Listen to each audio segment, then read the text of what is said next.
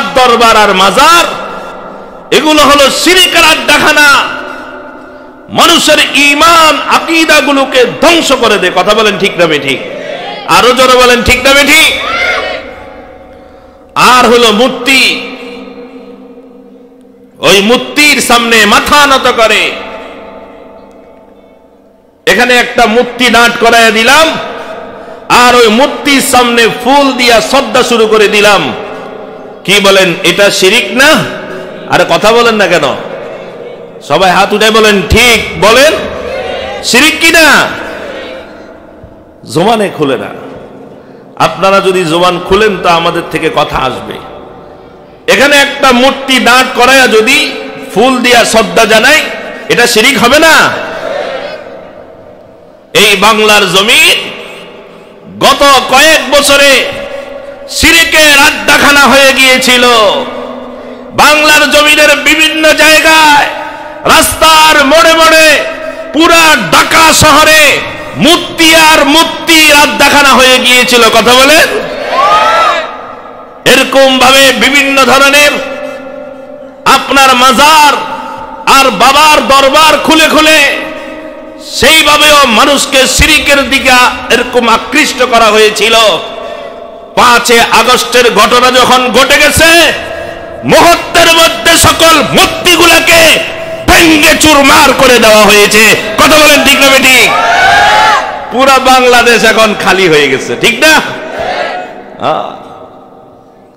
শুধু তাই না, আরো বিভিন্ন প্রকারের মাজার, যে সকল মাজারগুলো হলো, ওই মাজারগুলো বিভিন্ন জায়গায় সাধারণ জনগণ গিয়ে গিয়ে ওই মাজারগুলো, শিরকের আড্ডাখানাগুলোকে ভেঙে দিয়েছে। কথা বলেন? এইভাবে শিরকের আড্ডাখানা দুনিয়ার জমিনে থাকবে না। দুনিয়ার জমিনে থাকবে একমাত্র তাওহীদের কালিমা লা ইলাহা ইল্লাল্লাহ ছাড়া দুনিয়ার জমিনে অন্য কোন গায়রুল্লাহর ইবাদত চলবে না। কথা বলেন? একমাত্র গোলামি করব কার? এই মাথা একমাত্র নোয়াব কার দরবারে? কারো দরবারে মাথা নত করব না। কথা বলেন ঠিক না ঠিক? বলতেছিলাম, আমাদের এই ইবাদতকে যদি আল্লাহর দরবারে কবুল করাতে হয়, 1 নম্বর আমাদেরকে যেটা করতে হবে, সবাই বলেন সেটা কি? শেষ হলো নামাজ। এটা বুঝি নামাজ? আল্লাহর দরবারে যদি আমার ইবাদতকে কবুল করতে হয়, 1 নম্বর করণীয় হলো ইবাদত করব কার জন্য? মাঝে মাঝে টানের সাথে গরমের সাথে যদি পয়েন্ট ভুলে যান তাহলে তো সমস্যা। পয়েন্ট মনে রাখবেন, একমাত্র ইবাদত করব কার জন্য? এটা হলো 1 নম্বর শর্ত আমাদের ইবাদত কবুল হওয়ার জন্য। এই কারণে আল্লাহ তাআলা কোরআনে কারীমের মধ্যে ইরশাদ করেন, লা ইন আশরাকতা লা ইয়াহবাতান্না আমালুকা ওয়া লা তাকুনান্না মিনাল খাসিরিন। আল্লাহ তাআলা বলেন, বান্দারে আমি তোমাকে দুনিয়ার জীবনে প্রেরণ করলাম, বান্দা আমি তোমাকে একটা পরিবর্তনশীল জীবন দান করলাম। তোমার হায়াতের মালিক আমি, তোমার রিজিকের মালিক আমি, তোমার যাবতীয় সব কিছুর ব্যবস্থা বান্দা আমি করলাম। সুতরাং বান্দা সেজদাটা আমার দরবারে দিবা, মাজারে গিয়ে সেজদা দিবা না। বান্দারে আমি যে আল্লাহ তোমাকে সৃষ্টি করে তোমার জীবনের সকল চাহিদাগুলো পুরো করলাম, সুতরাং তুমি যদি কিছু চাও আমি আল্লাহর দরবারে চাইবা, কোন বান্দার দরবারে চাইবা না, বাবার দরবারে চাইবা না।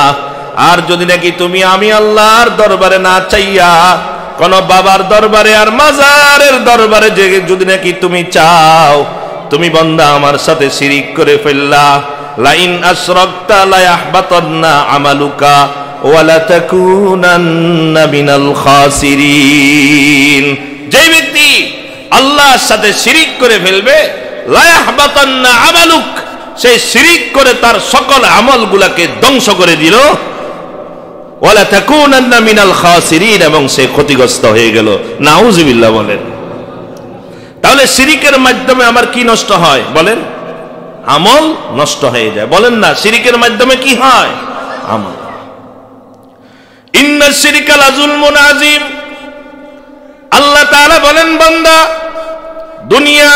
জমিনে তোমরা যত গুনাহ করো না কেন, তোমাদের সকল গুনাহগুলোকে আমি হজম করতে পারি, সেটাকে আমি বান্দা বরদাস্ত করতে পারি।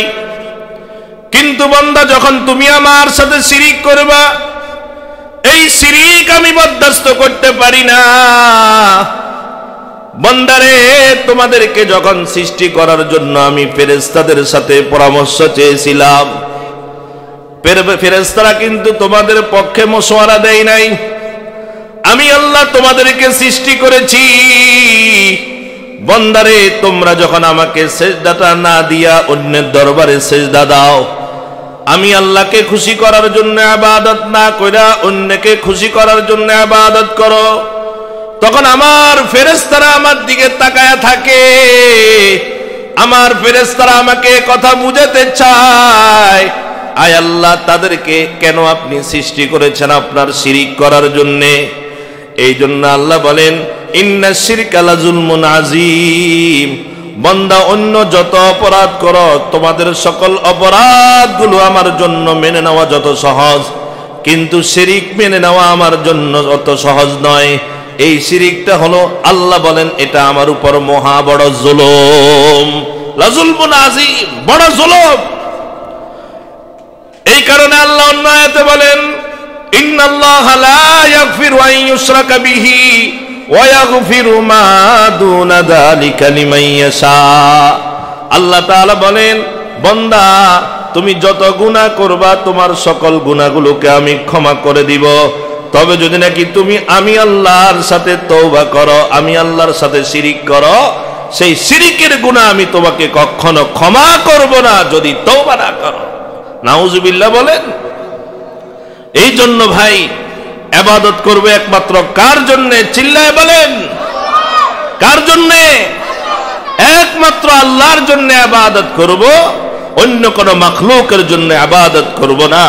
এটা হলো আমাদের ইবাদত কবুল হওয়ার জন্য এক নম্বর কাজ। তাইলে ইবাদত কবুল হওয়ার জন্য এক নম্বর করণীয় কি বলেন? বলেন না। ও খালি কো নামাজ, খালি কো নামাজ। নামাজ পড়ে কি করবেন?